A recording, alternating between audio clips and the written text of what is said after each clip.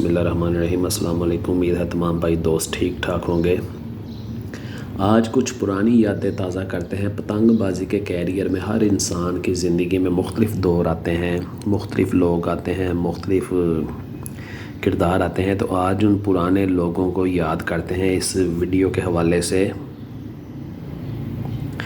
जिनमें से कुछ लोगों की तस्वीरें मुझे मैसर हुई, कुछ की नहीं हो सकें। तो आगाज़ करते हैं वीडियो का। साथ में आपको जो बीच में तस्वीरें नज़र आएंगी वो भी पतंगबाज़ी से मुतल्लिक़ा जो बहुत मंजे हुए और माहिर कारीगर और उस्ताद थे, उनकी तस्वीरें होंगी।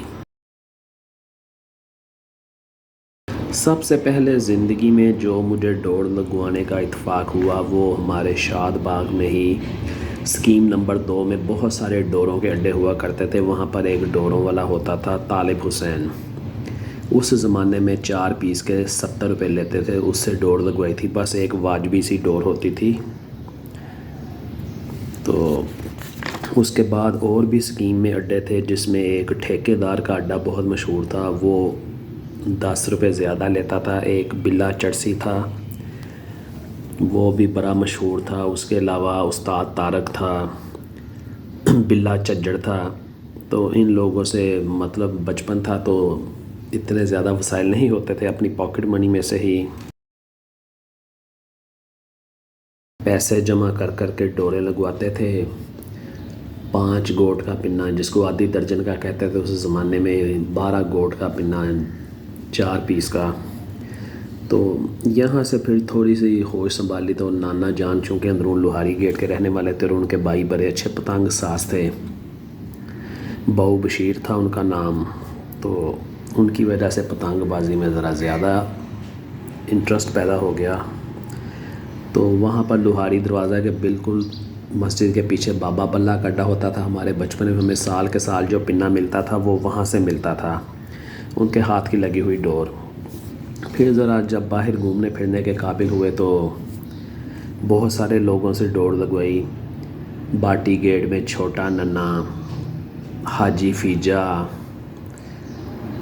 खलीफा इस्लाम, आरफ। उसके बाद फिर थोड़ा सा ट्रेंड चेंज हुआ, मोरी गेट गुड्डी डोर का मरकज़ बन गया। यहाँ पर फिर वो हाजी महमूद साहब से भी डोरें ख़रीदी, आलमगीर से भी ख़रीदी, नदीम पोल से भी ख़रीदी। फिर कसूर शहर में जाने का इत्तेफाक हुआ। कसूर शहर में बहुत सारे मशहूर डोर लगाने वाले थे, जिसमें आज से 30 साल पहले मुश्ताक लंबा था स्टील बाग के करीब, खादम हुसैन था और नंदपाल था।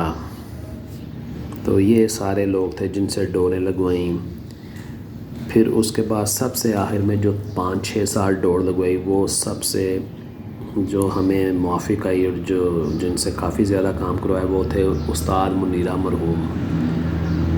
इनसे बहुत ज़्यादा डोर लगवाई। हमारे एरिया के बहुत सारे लोग इनसे डोरें लगवाते थे।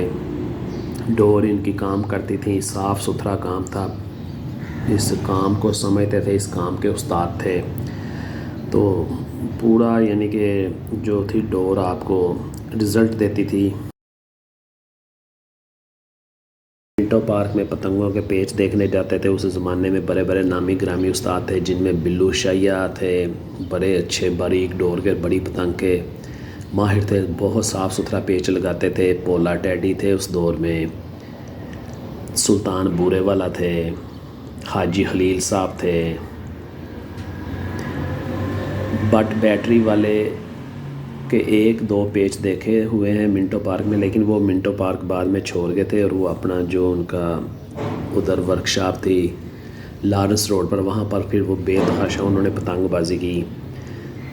इसके अलावा बारीक डोर का पेच लगाने में सलीम भट्ट थे, आसफ़ कसाई थे,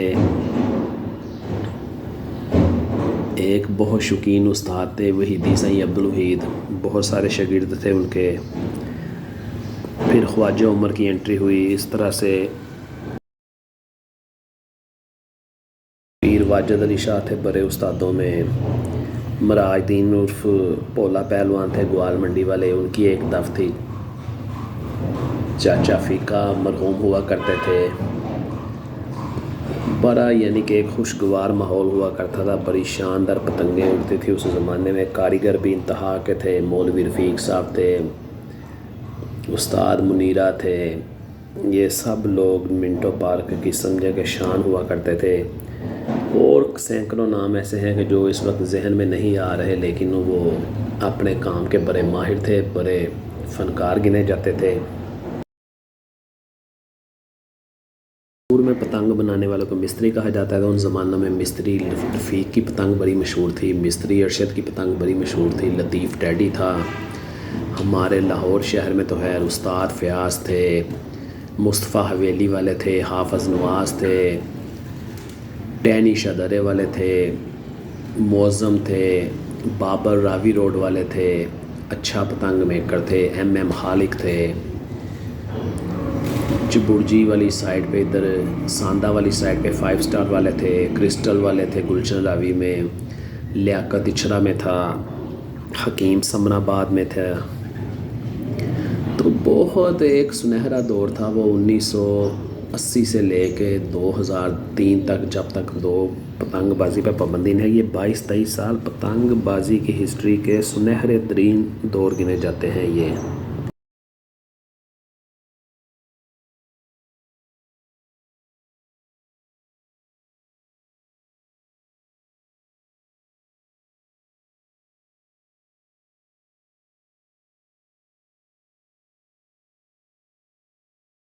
بازی کے اس قدر ٹورنامنٹ ہوئے ان 20 سالوں میں، سونے کی پتنگیں، موٹر سائیکل انعام، اور ایسے ایسے نامی گرامی پتنگ باز اور پتنگ ساز دیکھنے اور سننے کو ملے کہ عقل دنگ رہ جاتی تھی۔ اور جو عروج لاہور شہر میں 150 سال میں پتنگ بازی نے ان 20 سالوں میں پایا، یہ اس کی انتہا تھی۔